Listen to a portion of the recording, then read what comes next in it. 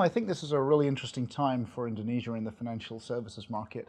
You've got a situation where 60% of people still do not have any access to the formal banking sector.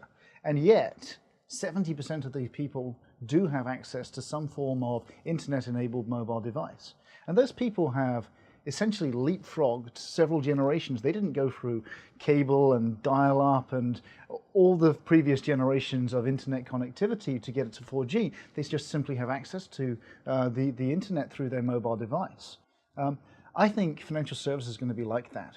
And I think reaching those people is not going to be about simply providing the traditional banking and finance products to a new market. I think these people will leapfrog a generation in terms of their financial services in the same way they leapfrogged a generation in their internet connectivity. Yeah, I think the 7 million customers we already have are just scratching the surface. Indonesia is the fourth largest population in the world with 260 million people. What we've done is we've managed to get right down at grassroots level to understand the cooperatives, the small business organizations, really the people who are interacting directly with our consumer demographic. And so while we're opening up 22 branches in different parts of the archipelago, what we're not doing is trying to sell the same products that other financial institutions are trying to sell to a middle-class elite in Jakarta. What we're trying to do is provide customized financial products for the need of our customers. One type of customer is the ultimate consumer. That's the 7 million people that in some way or other benefit from a Reliance product.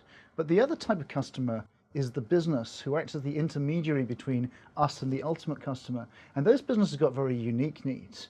And sometimes those businesses do have a need for venture capital, for lines of financing, for, say, a line of credit default protection, which enables them to open up a more traditional banking finance line. You know, we can't be everything to everybody, but what we can do is use the very specific companies we have to meet the very specific needs of our customers. Well, one of the great things about this job is working with highly energetic management teams. I was recently approached by a major consumer finance provider for some quite unique insurance needs. They not only needed protection for their consumers in terms of consumer goods, but they also needed credit life and credit default protection. And these are products which are not commonly available in these markets. And what I love was the fact that the directors of both our life insurer and our general insurer jumped on the opportunity. We went straight down to their offices. We sat down, we had a wonderful conversation. We learned everything about their needs, and we were able to come up with a customized package that really was specifically directed to their needs. And again,